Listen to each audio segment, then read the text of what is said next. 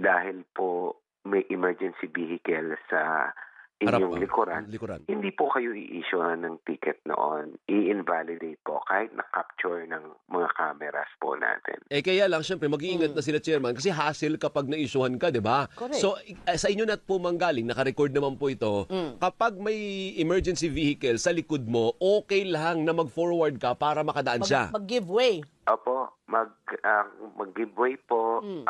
although mag-ingat, siyempre po, stop kayo.